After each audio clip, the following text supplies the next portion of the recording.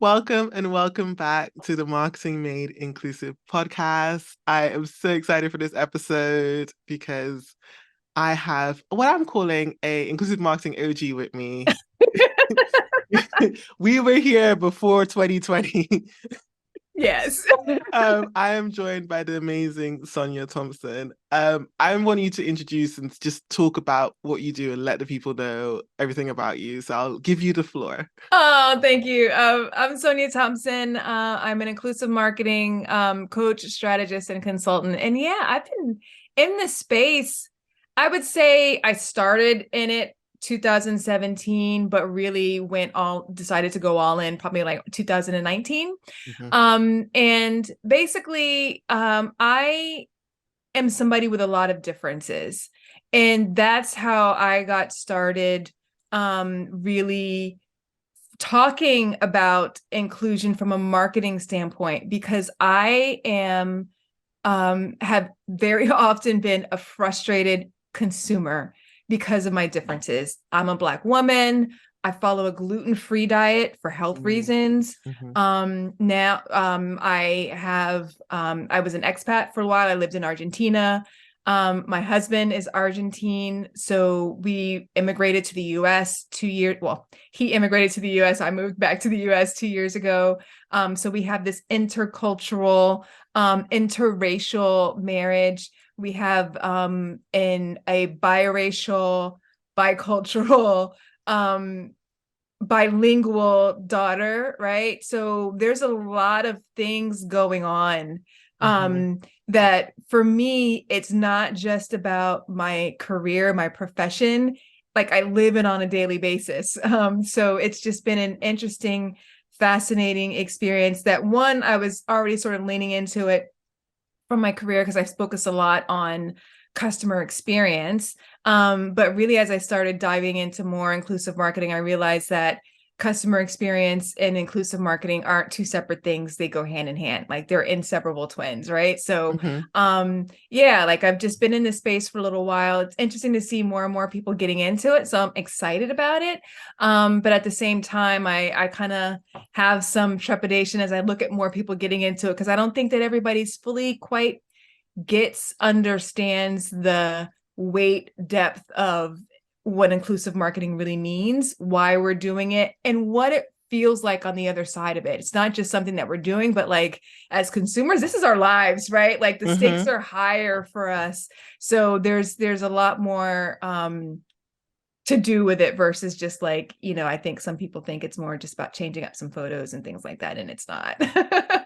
There's so many layers to it. I'm always fascinated because you mentioned coming in from the consumer perspective and that Mhm. B2C like direct impact aspect of it. What what do you think was the first kind of stone in your shoe that made you start to feel that this needs to change? I think it started, so there's always been rumblings of it, right? Throughout my life. One thing I did mention, I'm also left-handed, right? So I remember growing up thinking that I was just a bad cutter. Like I couldn't cut. Like I was Mm-hmm. just a skill that I did not acquire. Come to realize I didn't acquire the skill because I didn't have a tool that was designed for me.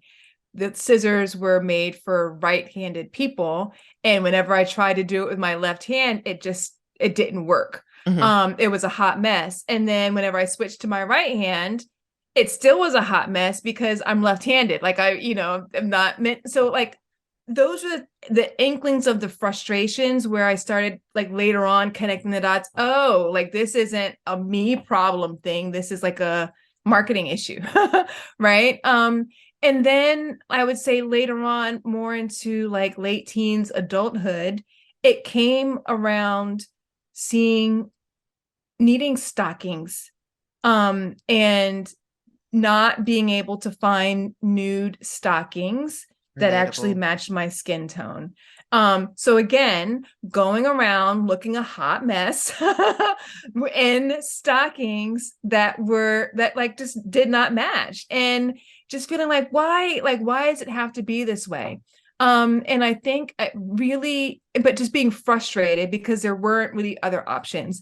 And I think I really sort of hit me, and I got angry, like angry, whenever I ended up having to start a gluten-free diet, and then just seeing how going into restaurants, like how just not enough people catered to people who had these restrictions. And I think once I started living in Buenos Aires, um, and then actually seeing that it was possible, Mm, actually seeing restaurants that were 100% gluten-free, and that other people were able, who weren't gluten-free, would go there and they love it, and it was because it was delicious food. It was one of those things that started to click, like, it's not that these businesses can't do it, it's that they're choosing not to do it. yep. And here are businesses that have decided to cater to the person who has, quote unquote, um, different needs, or accommodating us, and they are still thriving, right? And just it started to really click for me that it doesn't have to be, it's an actual choice. It's a choice. And as business owners, we can all do better to choose to serve people. And one, it's beneficial to your business, but if you think about the consumer, the impact on them is transformational, right? Um, and whenever consumers who are traditionally underserved, for whatever reason, whenever they find a brand that actually does serve them and is intentional about doing them, like the loyalty that we have is it's like intense, right? Like Mm-hmm. the number of times that I go to or latch on to a restaurant that serves, good gluten-free food, like I'm there all the time. And whenever I eat out with like my people, we're there all the time. And it's just one of those things where you start to see that, like, this isn't just the right thing to do, it makes just great business sense. Yep. So yeah, those are kind of when things started to, like, the dots were always there throughout my life, and then it's just as I started to get more and more data points, I started to see that the dots were connecting, and just kind of helped me see that this is a real thing that we need to spend more time talking to, that not enough people understand, because I think most people were just kind of oblivious to it if they didn't have someone in their life, Mm-hmm. or them and themselves, who experienced these challenges because of some difference that they had. So many truths there, but something you mentioned really stuck out to me. You experienced what it could be, and that's so relatable because I grew up in Trinidad, Mhm. and Trinidad in the Caribbean is a melting pot, literal melting pot. Like everyone is something of something. And I always remember when I came over here, I look back and I say to my mum, "Oh, this was the first time I kind of realized I was black coming to England." Ah, okay. Because there was a differentiation. In Trinidad, you are Trinidadian. Yes, you may be of African heritage, or Indian heritage, or Chinese heritage, but you're Trinidadian. Mhm. There's no separation. So there was always something for everything. We can walk into the shops and find things. We can see ourselves in TV, in print, in marketing. It was natural. Okay. And I say sometimes when I'm talking to clients, it's easy for me to look at their campaigns and just imagine what an inclusive version would be because I've experienced it. I'm like, that Right. is possible. Yeah. It's not, and it sounds so similar to what you're saying, that you experienced that in Argentina. You're like, this is possible, so why are you not doing it? Right. It's so simple. Um, so you mentioned people are kind of stepping into inclusive marketing, but not necessarily approaching it or doing it in a way where they're considering the consumer. How would you define inclusive marketing? So inclusive marketing for me is all about being intentional about who you will serve and who you're not going to serve. And then intentionally incorporating them into every aspect of your marketing mix.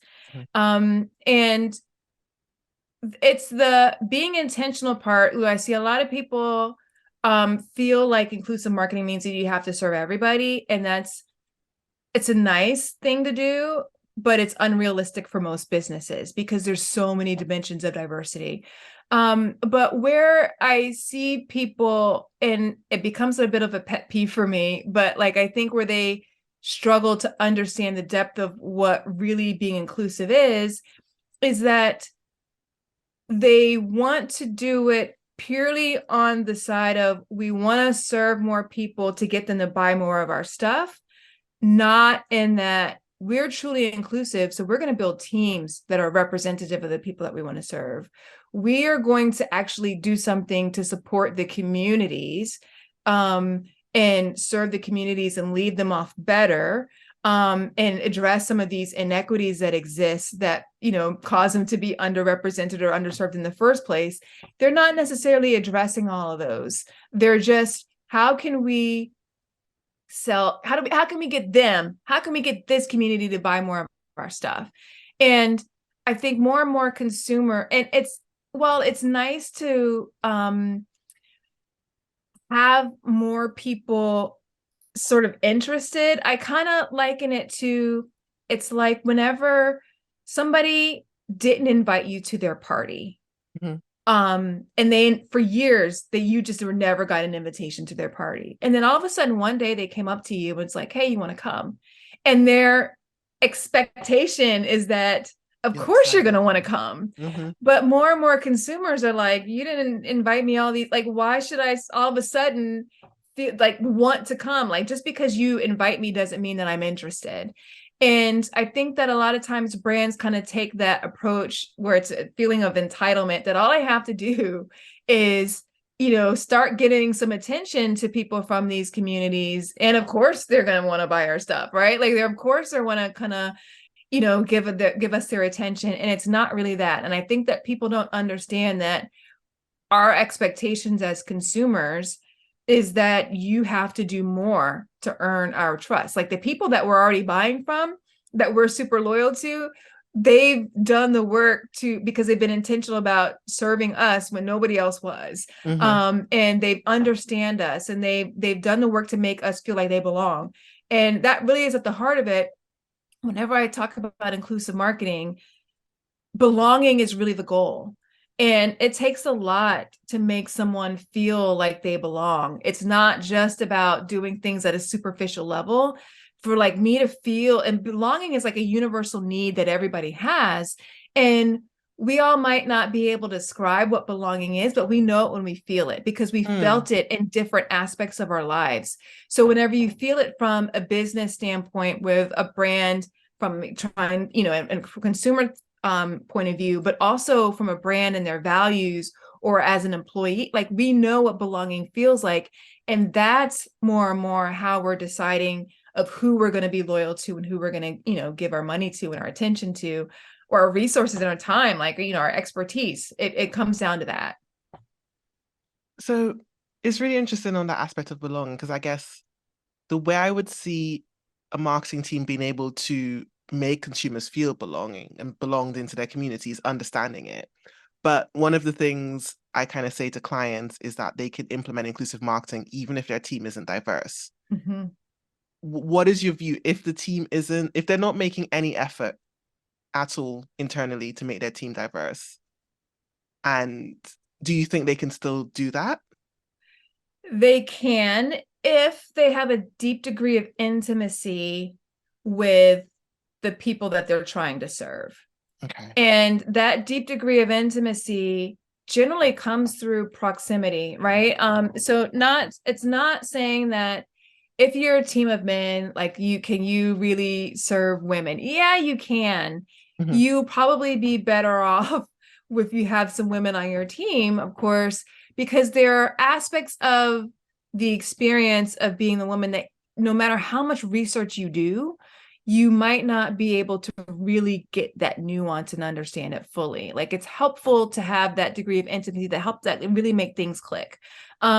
I speak Spanish, right? And I spent time living in Argentina. My husband is Argentine. Like there's so much of the culture, but I can't fully grasp what it means to be Argentine. Like, I no matter how, like, even, and I've got proximity to it, right? And so it's going to be helpful for me. Like I'm always asking my husband to explain like how this feels and different things like that. In the point of view and the background knowledge, because there's just some things that with my recent years of experience entrenched in it, I'm still not going to know. I still don't know all the history. So having people where it's their lived experience is always beneficial. So even if, because, I know sometimes depending on the size of your brand, headcount can be an issue, right? Mhm. And so it's not like, oh, our team's not diverse, we're just going to go and change everybody tomorrow, right? That's not the expectation. However, you can work with consultants, you can co-create with people who are part of those communities, and that's going to be how you, one, develop the degree of intimacy that you need, but also it's going to signal that you really do care about that community and that you want to serve them, and that you're actually doing something to change that degree of whatever caused them to be underserved, by kind of changing it within your own team or with the people Mm. that you're choosing to work with. I think that ties back really nicely to the episode we had last week or a week or two ago about choosing influencers to work with on Mm-hmm. campaigns. And Mm-hmm. even if you don't have the internal team, the influencers you work with can show your understanding of those different communities, those different backgrounds. That's really Absolutely. good. I'm so curious because you mentioned living in Argentina. What did you see the differences in marketing there? And w- I I don't know if you can speak for the whole Spanish or Spanish speaking community. Is there inclusive marketing in that aspect? So what I did start to notice, and it's funny, my husband started pointing it out to me as we would go in different places. We started to see from an inclusion standpoint, um, there are different dimensions that we would start to recognize, right? Mhm. So we started to see mannequins of different sizes in some of the stores, right? Interestingly enough, whenever you go to restaurants, then you're more and more you have them serving people who are gluten free. Mhm. But also, what would be interesting is there'd be restaurants who would have entire menus in English.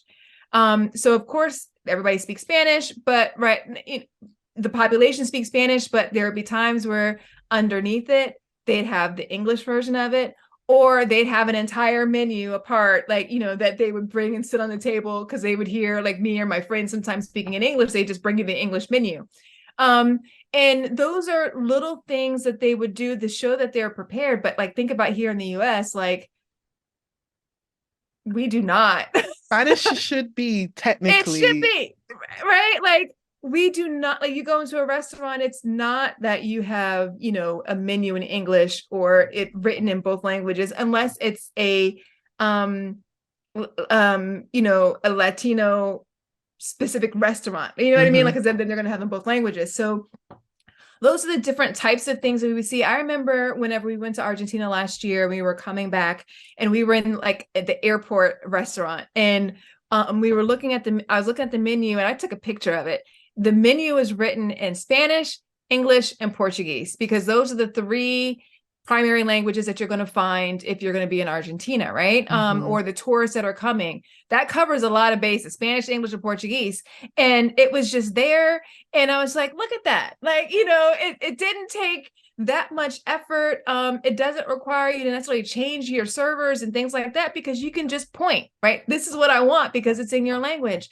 So I found that they were much more inclusive, or we were starting to see those changes on that front. There's an interesting debate that's going on in Spanish language. You're starting to see it in basically languages that derive from Latin that use gendered Gendered. Yeah. language. So there's a lot of what should we be using? Should we be changing? Like, there's a camp of don't change the language, right? Like, this is the language that we've grown up with. Is this inclusive by actually change? Like, is this doing anything by changing the language? Like, there are more purists. There are others who like, we should be changing these things, and we should, wherever possible, eliminate the gendered option. Like, there's these debates that are going on, but the debate is helpful because people are thinking about it from an inclusion standpoint. Of course, there are different camps and points of view, but the conversation is helpful just to see that they're thinking about it on different levels. And that's such a tricky one because there's so many language debates that I observe online and I'm just so fascinated by, but I don't necessarily have a stake in. Like, Yeah. so that what is one, like with gendered wording, I don't even know which way would go. I, if I were in a community that had gendered language, I'd probably more lean on the side of introducing a third. I think there should Okay. always be a third option, Mhm. non-plural and changing, but not removing, but I don't know. But the other debate I've seen online, I wonder if you've noticed it and what your opinion on it is referring to the disabled community as disabled people or person with disability. Okay. And that one, I have seen both, like, it seems divided. It is. So so whenever I worked in corporate, the last position that I had, I worked for we made insulin pumps for people Mhm, with diabetes, because that was a very specific language choice. It wasn't diabetics. It was always people with diabetes. This person has type 1 diabetes. And we spent a lot of time working on our marketing team. We had people on our team who had diabetes. And we were that I would probably say that that position was the closest that we were to the consumer. Like, we were very much integrated and connected and had a deep degree with the consumer. mhm. And that community in particular was very much, I'm a person with diabetes, not A I am diabetic. diabetic, right? And so Mhm. I remember was introduced to that sort of conversation and that sort of nuance then. And it was a fascinating thing, right? Like, in as someone, for me, I have some autoimmune disorders, and I even started to think about, like, how do I want to describe it? Like, do I have it? Or Or am so I? it's like, you know what I mean? And so then I started to say, oh, I'm someone who battles it, right? So then it's not like part of my identity, but it's like something like I deal with it, right? And sometimes, like, everybody, I think it's a very personal decision Mhm. that um it's not really for marketers to make. It's for marketers to respect.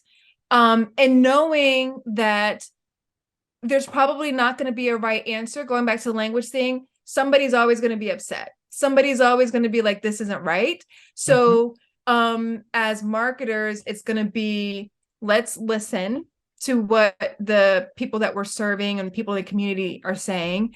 And then you have to take an informed decision based upon that, knowing that there's probably always going to be somebody who's not happy about whatever choice that you make, but you have to stand firm on that. Which goes back to what I was saying about inclusive marketing. It's all about being intentional about choosing, right? Mhm. And you And have to standing in it. choose. Yeah. Yeah. What? So I'd love your help on this. Sometimes I get clients that say, I want to say what's the right thing. I want to have an inclusive language guide that tells us what's right. And I'm just like, It's not right. It's what." So have you had clients approach you saying, like, we tell us what's the right thing to say? I had a client that was we were having this conversation about language. And it was specifically one about Spanish language, because it was about this gendered thing.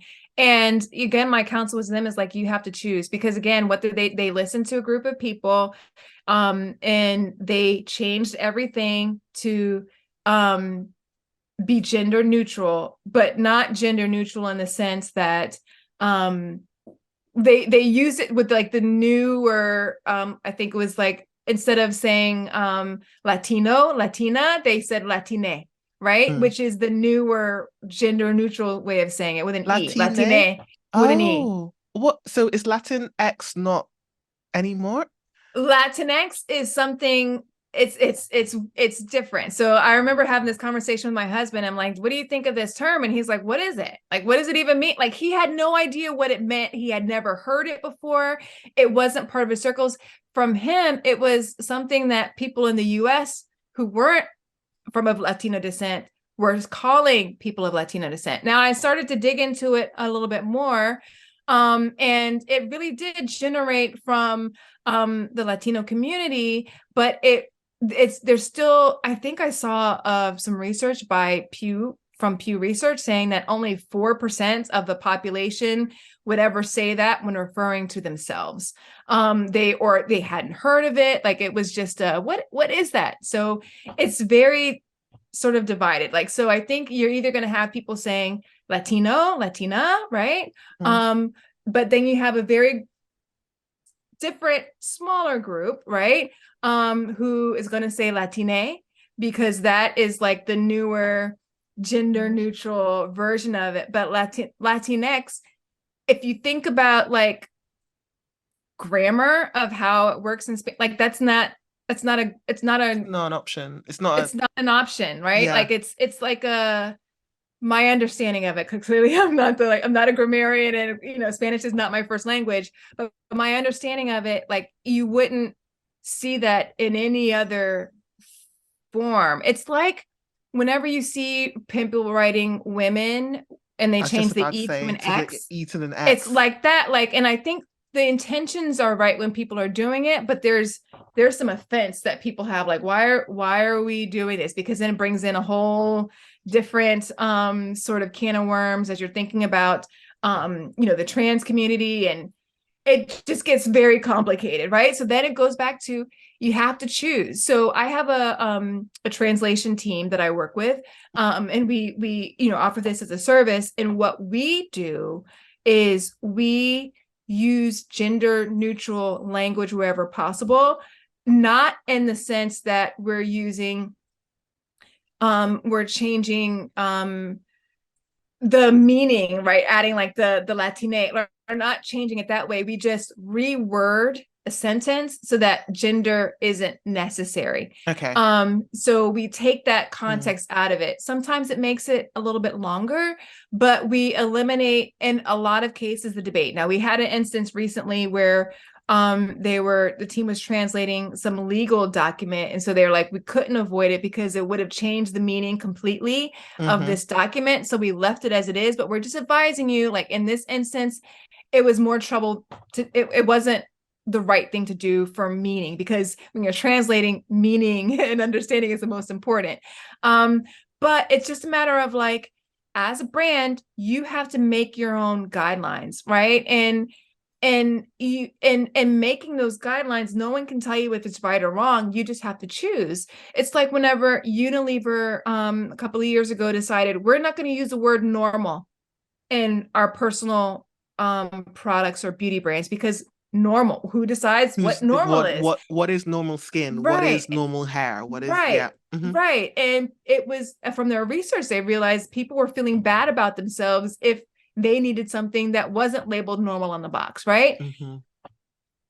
Can I come and tell them you should? No, they had to come to that conclusion based upon the research. Now, there are going to be some people like, come on, like, why did you have to do that?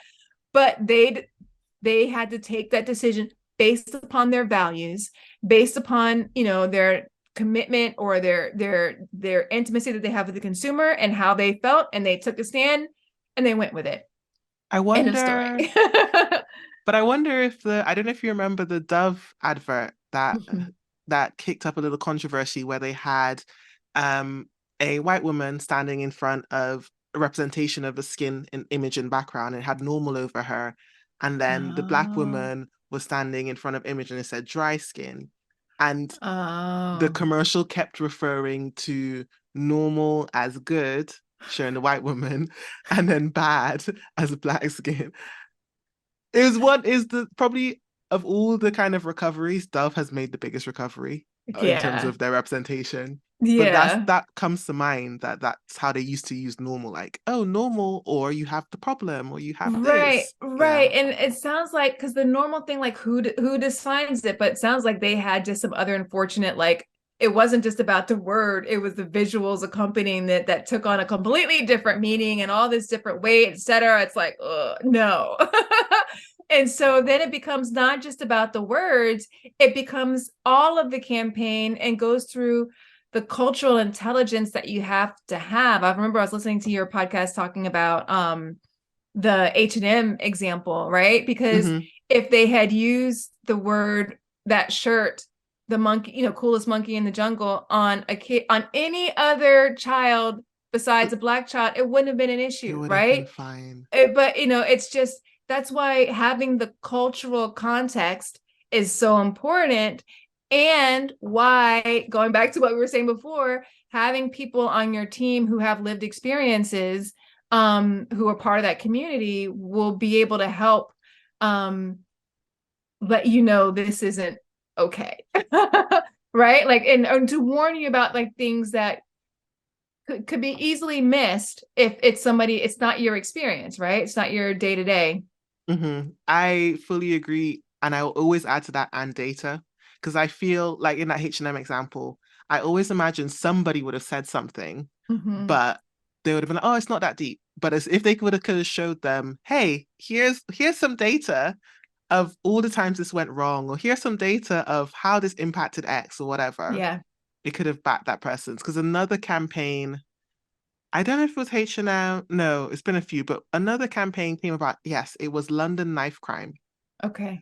They decided to do a campaign where they printed stories about young people and how they've used knives and had those, impact their lives. Really insightful. They worked with a community organization, grassroots, but they printed the stories inside chicken boxes.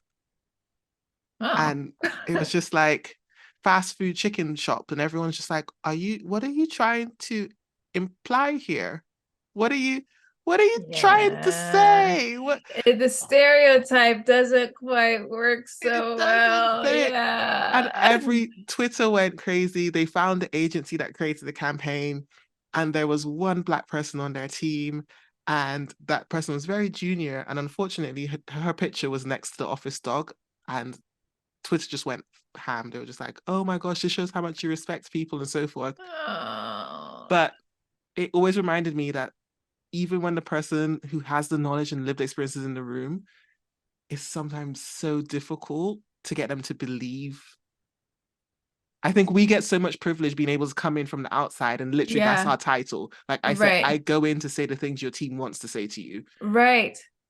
It's Well, so I hard. think that's why it goes back to what I was saying before about belonging, right? Mm, If you're on the team, but you don't feel like you belong, or you don't have the psychological safety that enables you to speak up and raise the alarm whenever something isn't quite right, then you're not providing the value of you're not going to get the benefit of having a diverse team, right? The diverse team, just because you diversify your team doesn't mean that you're going to get the benefit of having a diverse team, because it has to be an inclusive culture where people feel like they belong, right? And if they don't belong, if they're nervous about backlash, or their voice, if they feel like they're there to check a box and their voice mm, isn't really valued, mhm, then it doesn't matter, right, that you have this Black person on the team, or you have this woman on the team, if she can't say what she needs to say about the campaign, or what it is that you're doing, and that this isn't quite right, and that voice be heard, right, mhm. and valued. Yeah, so it's not just enough to have the person on the team, like they have to be able to They have to be speak able to up. say and have Yeah. some, because yeah, H&M is the one that was somebody had to. I that is one of my goals, to just interview somebody who works on that campaign. I don't know if they'll ever want to do it like publicly, but I'm just like, somebody had to, because I remember they interviewed the mother and she said she didn't see it, but I'm just like, the power dynamics there, even if you did feel uncomfortable with it, you wouldn't be able, they are paying you and your child to model. There's a power dynamic there that doesn't allow the mother of that child to be like, hey, Well, yeah, and that goes to because I remember reading about like the mother saying like it didn't bother me. And I think that goes to why a lot of times what brands will do is they'll go to insert whatever element of diversity a person on the team has. And it doesn't matter if they're in the department, that doesn't matter if that's their job, doesn't matter their level of expertise. Oh, you're Black. Oh, you're an immigrant. Oh, you're whatever. The expectation is that you can speak for the entire group of people. If your expertise is, yes, you have lived experience, but like my lived experience is different from your lived experience, is different from another's, and we all have this opinion, we all have our own opinions about different things, mhm, right? So you can't just expect that this one person that you talk to can or should be the voice of an entire community, because we've already been talking about how there's like different communities, they haven't found agreement on a variety of different topics and issues. So it's important to make sure that you've got that depth of knowledge, and that you're not write a whole campaign or decision on one person's experience, right, or one person's point of view, because it can be very different. It might not all be in line with the way a lot of people in the community could think. And it might cost you $4 billion. Yeah. Yeah. That is my favorite and most terrifying stat that I love. 4 billion, because That's a lot of money. I feel like it's probably more than that. That's It's just a how lot much of they would. money. It's a lot. It's a lot. Yeah. But all right, so let's think about the small businesses and the solo marketeers.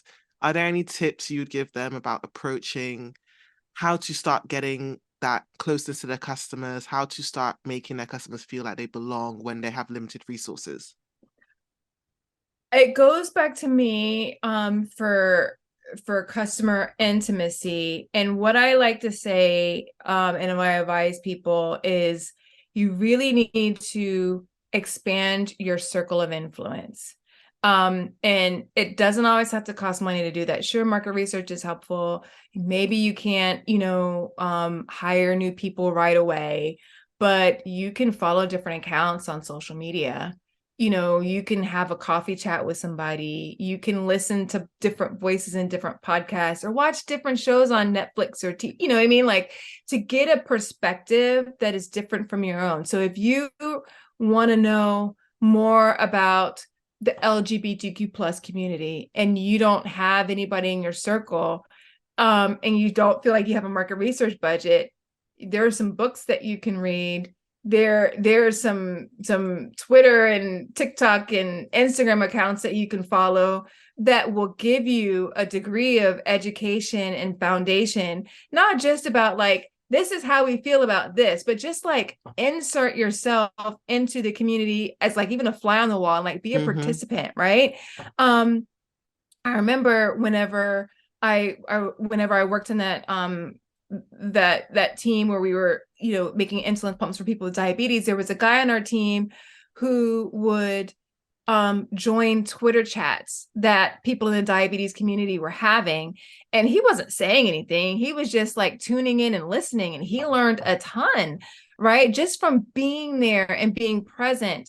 And maybe at some point somebody might have asked him a different question, but like the level of intimacy that you're able to get just by proximity is it's a lot, right? I was talking to So someone much. recently, and she was saying that her best friend's child had celiac disease. Okay. And because of that, like her and her family, they didn't have it. But she's like, our family is a gluten-free house, because this child is going to come over to our home, and we don't want to risk any type of cross-contamination. Their circle of influence changed, and they got a perspective of what it was like, just because of proximity to someone who was in their circle. So if you don't have anybody in your circle right now, that doesn't mean, that's not an excuse. Like, you can go out and get somebody in your circle, and you don't always have to physically know them, but you can work on building relationships, right? There's nothing wrong with doing that. But a very simple thing that anybody can do is change who you're getting information from, where you're getting information from, and you will learn and observe and pick up a lot of stuff, and quickly learn like what's acceptable, what's not, what the issues are that are controversial within the community, Yeah. and just some of those nuances. And as you start to develop those relationships, you might even get to a place where if you have something where like, I'm not really sure about, you can ask a question. And because of the relationship that you have and the commitment that you've demonstrated by being present, people will often enough, give you feedback on or answer your question, because they know where it's coming from, not just how can I extract from you by like doing some, market research so I can figure out how to sell you more of my stuff. Yeah. Yeah, that's one of my favorite bits of research we do for clients, because sometimes they're just like, oh, my pet peeve is when, oh, they're just not there. Oh, X people, Black people aren't interested, disabled people aren't interested. And I'm just like, here is 5 Twitter groups specifically about your Yeah. subject area from Yeah. this community who are Yes. actively talking about it. And they're like, Mhm. oh, we didn't. I'm like, literally, just put, when you're searching things, 95% of the time, if you put the word Black, woman, Yes. disabled, any word of a marginalized community, there's probably a group somewhere advocating for it, talking about it, engaging about it. And people just Absolutely. don't think to search. They don't. I remember somebody had come to me and they were asking me about like how they wanted to reach the Hispanic, the Latino community here. And they're like, normally what I would do in general when I'm reaching businesses, I would go to the Chamber of Commerce. I'm like, but there's a Hispanic Chamber of Commerce. There's one in every city. He's like, really? Like he had no idea. Like, and because he wasn't part of the community, like the same way there's a Black Chamber of Commerce, the same way there's like, like there's all these different groups and communities, and they've created these groups and communities out of necessity because they want a place where they feel like they belong and they feel like they can be seen and they don't get in the mainstream. But like, people who are often part of the main, like they're completely oblivious that these things even exist, but they're there. I am literally, I know there's a business chamber of commerce in the UK and there's one in Southwest. I don't know if there's a Black one. I think that's one of the things that I do admire about doing inclusive marketing in America. It's just uh, you have the numbers for things. Like, okay. yeah, so there's a Hispanic and a Black Chamber of Commerce, like in every state. Sorry, I'm still taking that in. I believe there are. I'm pretty sure. And it's not just state, like it's cities. Now, you'll probably find it more in the areas where people are concentrated, but at a minimum, there are national. Like, I went to an HBCU, right? Mm. So historically Black college and university. And I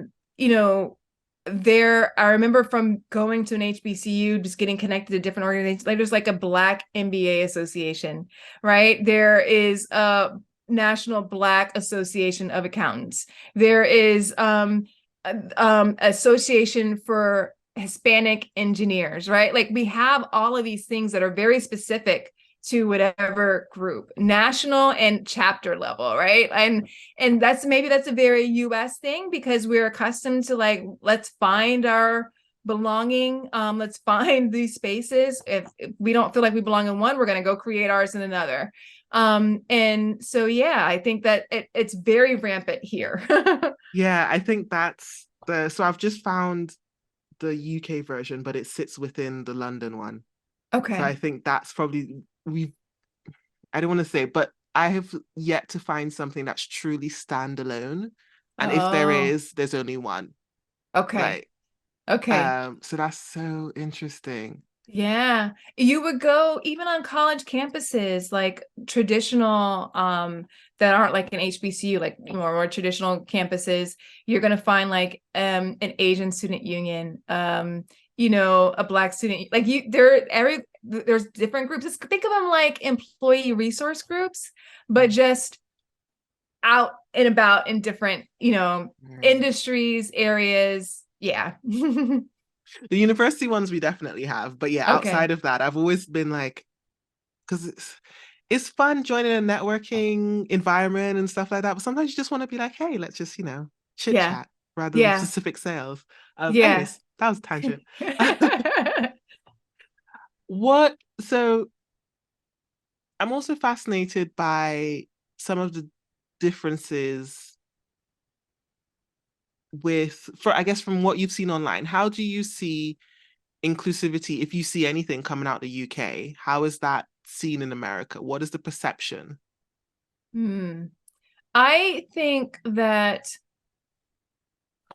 in the US, when we're thinking about the UK, I think that people probably wrongly associate everything with the UK with London. Mm. Right? And so London, I think, is, from my perception, is very diverse, right? And I think that people might think that it's like that everywhere else in the country. Uh-huh. And I don't think that exists, right? I don't quite think that's the case. So I think that whenever people are looking at stuff happening in the UK, they might kind of not have the full picture of what life is like, or what the diversity landscape is like. So I think it kind of taints that view. Unfortunately, in the US, we still have a very US centric points of view. So we don't, a lot of people from the US don't often know what's happening or what's going on in other places. Mhm. And so we don't often even get a lot of those things. Now we can go out and search it and seek it out.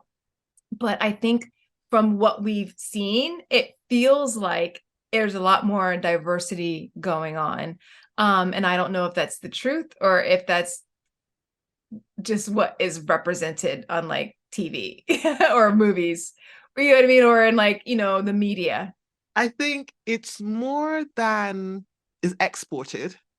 I Okay. think over the recent years, the UK, with the rise of like Meghan Markle, but also music artists, like there's now a Okay. recent rise of Black British culture, and there's a rise of Oh, Stormzy and stuff going out. okay. Um, and then the collaboration between like Afro beats, I think is Yeah. so musically, I think is that's getting exported. But I'm always curious to know because I feel from a marketing and a tabloid instance, I have this gut thing that America just realized a little bit about UK with the whole Meghan Markle situation. Yeah. And well, I think that plus maybe our limited understanding of what was happening with Brexit, and just how they are understanding and interpretation of just race relations, immigrants, people from different parts of people who are like British, born in British, their line is British, versus people who, immigrated, come from different parts.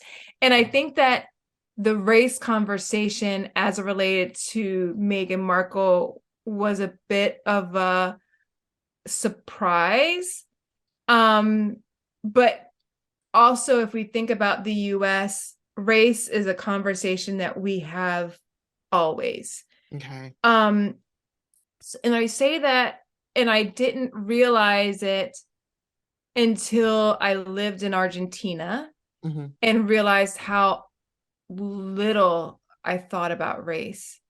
And then came back to the US and realized how race is always a part of the equation, and it always feels part of the thought process. Hmm. And it kind of was a bit of a, I didn't kind of realize that. And so I think that we might, from the US, when we are looking at other countries, and if we think about the UK, we didn't probably have the idea that race and racism existed on the same level, just because I think that we feel like we know what it feels like here, and it might have seemed or felt different from our experiences, Mm. whether it's going to the UK or what we see on TV or seeing from the culture. I think we felt probably like it happens much more fluid, like the people are much more connected and integrated and inclusive there, versus the way it might feel here. Because that's the bit that I always find interesting in to relate it to marketing. I always, from the outside looking in, I feel like sticking to race, one of the main things within American marketing, it wasn't that they weren't representation, it was the type of. Mm. Whereas here in England, it was that there wasn't. Like, Oh, so it okay. always felt like we were a little behind because I remember a couple Christmases ago, there was a Okay. commercial, a Sainsbury's commercial, where they had a family celebrating Christmas talking about gravy, because very British thing to talk Okay. about gravy. But the family was a majority, it was all black. And Okay. there was a huge uprising of like, Really? how could they do that? That's not British. Da, da, da, da, da, da. And looking back Because at it's like, not British because they were all black? yeah, Oh, but they were talking okay. about gravy, which is very, it's very, Yeah. and I always, when I looked at the American commercials, initially when I looked at them, I was very much like, I don't see the problem. And then I had to take a step back and like, oh, there's stereotypes in this that aren't Yes. right. Yeah.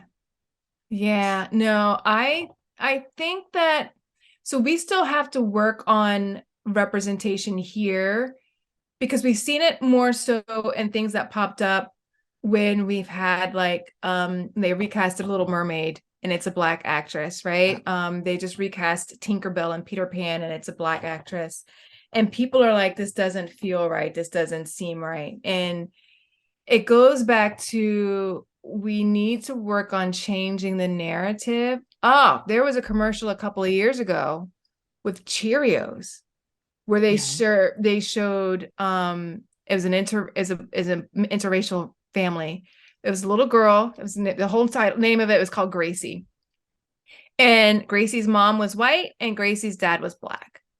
And I remember Cheerios had to shut off the comments on YouTube because the comments were so vile, because people were just in a complete uproar. It's Cheerios, right? Like, Yes. it was a sweet little commercial. And yeah, I think people really struggled with seeing a different kind of family, and that it might be very different now. Hmm. Right? But it was maybe 2016. It wasn't that long ago, but yeah, there was a lot of uproar. So I think that's why putting different imagery in representation is so important, because it normalizes things that are normal in society, right? Normal is a word again, but things that happen Hmm. that are common occurrences. And so the minute that people see something that's different, and like changes their perception of what they thought something was, they get in an uproar about it. And I think that we really, that's why it's all the more important to put forth different images so it normalizes these types of things for people versus them. But that exists in a lot of different things. It exists in race. We see that in different types of couples, from different same-sex couples. Hmm. We see that with um people with Disabled representation. disabilities, Yeah. right? Like They it tend to do happens a savior lot. mode. Mm. Right. Like there's so many different things, seeing different people of different body types. Um like That's representation. interesting though, on Yeah. sorry, on the Cheerio one, because here, if there is an interracial couple, 80 to 90% of the time, it will be a dark-skinned black man and a white woman. If it is a woman of color, she is lighter than Beyonce Okay. and with a white man.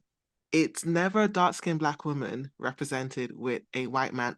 And I've never seen an ad where there's interracial with Asian.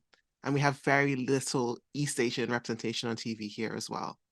Yeah, there's so much. There's so much. And that's one of my pet peeves also, because I would like to normalize for my daughter seeing families that look like ours. And so it's whenever you see interracial couples here, mostly it's a black dad and a mom of something else, right? Okay. Never, almost never do you see a black mom or a black mom with dark skin or brown skin with like natural hair that doesn't look like racially ambiguous. Like you almost never see that. And that's an issue, a problem. Cool. Yeah, so that representation, I'm excited to see things change with interracial Mhm. couples. But yes, talking about the future or the present, what is a Oh, campaign that you've can I seen just go back recently? to what you're Mhm. saying? Because in the UK, because the makeup of your population is different from the makeup of our population here.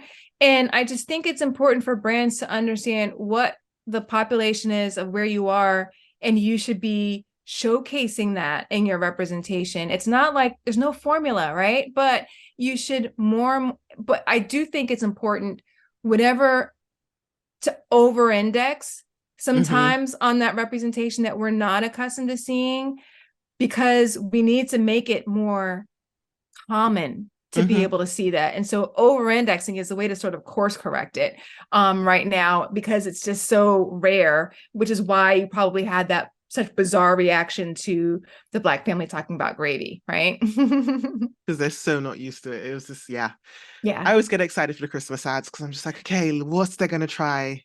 Um, I've become a inclusion spotter as well. I can't enjoy commercials anymore. I totally get it. I totally get it. You're just like, oh, that was good. Oh no, that wasn't good. But yeah, so I would love to know a campaign you've seen recently or enjoyed recently that you considered inclusive, and just a little description of what it was and how you found it. I've been enjoying the Hyundai campaigns. Mm, The Hyundai car company. They've been doing a line of campaigns recently that have featured Black families. And I love them because they're selling cars, right? Like, and then they're featuring cars. So it's not a Black storyline. It's just these Black families doing different things. But what I love about it is they are changing narratives that exist, right? mm, So, one, it was, I think that Black men have a negative stereotype about their presence as fathers. mm, So without like writing a story that says like, hey, we're trained. No, they just had like a Black guy with his nephew playing video games, and they were like, in this well affluent sort of area. They had a Black father take his daughter and her friends to like the dance at school, and like all the girls had like natural hair, and they were brown skin and dark skin, and they were like, it was images that me and my friends see on a regular basis, mm-hmm. right? And it wasn't like this heavy mess. It was just a family doing things that families do in the car, right? And they just happened to be Black. I felt very much seen. I didn't feel like they were being performative. It just felt like this is a car commercial, Yeah, and these are people that I can know. Like they felt, but they were also changing narratives. Like they were saying so much with the visual cues and choices that they made without having to say it. yeah. And they were normalizing things and, changing the narrative about things that aren't quite right. And they did it in just a simple, light It just way. felt, yeah, just felt good rather than Yeah. forced. I love those Yeah. ones. Yeah. Yeah. Yeah. So it's a series of Hyundai commercials. And I at the end they are like, okay, Hyundai. Like, and so even as I'm watching, I'm like, okay, Hyundai, like, I get it. There's maybe one that I didn't quite like, but if you go on YouTube, you can probably see a number of them. I'll look for a link and I'll send it to you. But yeah, like they're cute and they're heartwarming. And I think that it really showed a sense of they understand their market and they're seizing the opportunity they have with their Hmm. marketing. I love it when it feels natural rather than forced. Yeah. Um, Sonia, thank you so, so, so much. I've enjoyed. We can talk forever, We literally. can, we gotta have to do a part two. I have to have you on my podcast, inclusion and marketing. So let's plan that. Let's definitely do that. Let the people know where they can find you, and we'll add all the links in the description. You can find me at inclusivemarketing.co. You can have a listen to the podcast, Inclusion and Marketing. And then I'm on social. My name, Sonia E. Thompson. Yeah, that's where you can find me. Great. Thank you so much. And Thank tune you. in next week to Marketing Made Inclusive podcast. Thank you for listening.